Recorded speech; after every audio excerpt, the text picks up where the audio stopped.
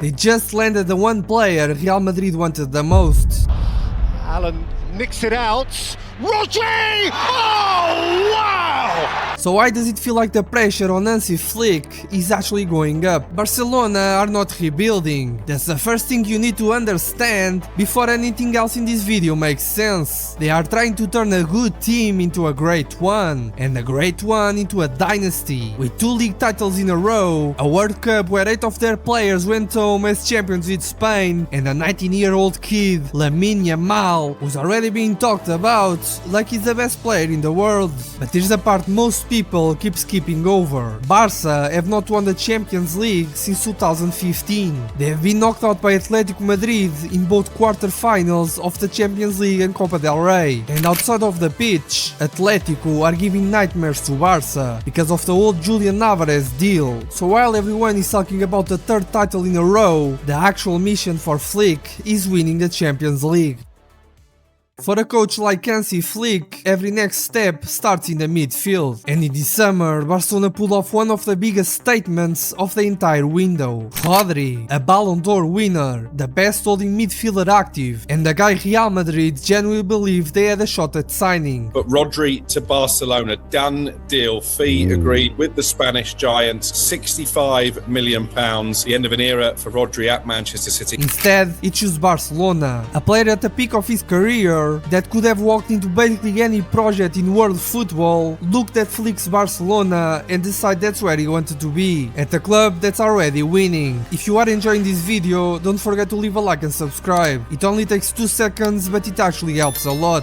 Let's keep going. Tactically, Rodri solves a problem Barcelona have quietly had for 2 years now. They can dominate the ball better than almost anyone in Europe, but the moment they lose it, they have been exposed in transition. Teams have picked them apart on the counter, especially against physical direct sides. Rodri can fix that. He can break up attacks before they start, and he lets the backline even higher because they trust him to mop up behind them. We have already seen what Rodri and Pedri can do in midfield. They can give control, tempo and protection all at once, which is a combination almost nobody else in the world has right now. And there's a psychological angle here too. Every time Barcelona play Real Madrid this season, Rodri is out there as a walking reminder of a transfer battle Madrid lost. Let's talk about the defense, because this is where things got more complicated. João Cancelo is back at Camp Nou, and honestly, this is the easiest decision Barcelona made all summer. It already proven at Barca that he's one of the most versatile fullbacks in the world, comfortable tucking inside as an extra midfielder.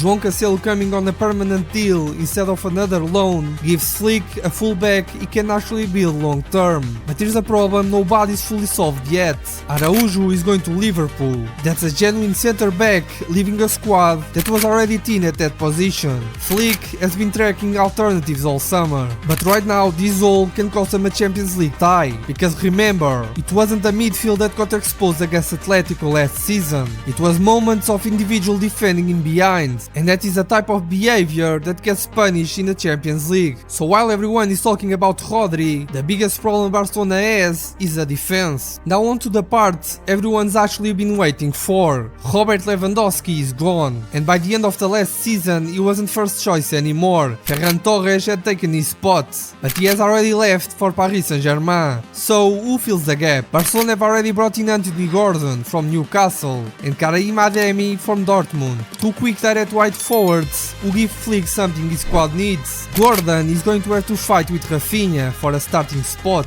and that competition alone should raise the level of both players. But the real story, the one still hanging over the entire summer, is Julian Alvarez. The deal has dragged and Atletico haven't made it easy, and there's still no guarantee it gets done before deadline day. But if it does, and Julian Alvarez walks into a front line built around Lamine Yamal, this attack goes from good to genuinely frightening. And you cannot talk about this Barcelona team without talking about Lamine Yamal. At just 19 years old, he's already made over 120 appearances for the first team. He's a World Cup winner with Spain. Last season, There were games that Barcelona entire's attack ran through his side of the pitch, but right now Flick has options to spread that load, and that will give Lamine Yamal more space, and that alone could be the difference between Yamal having a good season and having an historic one. Barca have the talent to go all the way this season, but they need to fix the center back gap before. If you have enjoyed this video, don't forget to leave a like and subscribe, and if you want me to talk about any other topic, just leave it in the comments down below. Thanks for watching, and I'll see you in the next one. Follow for more.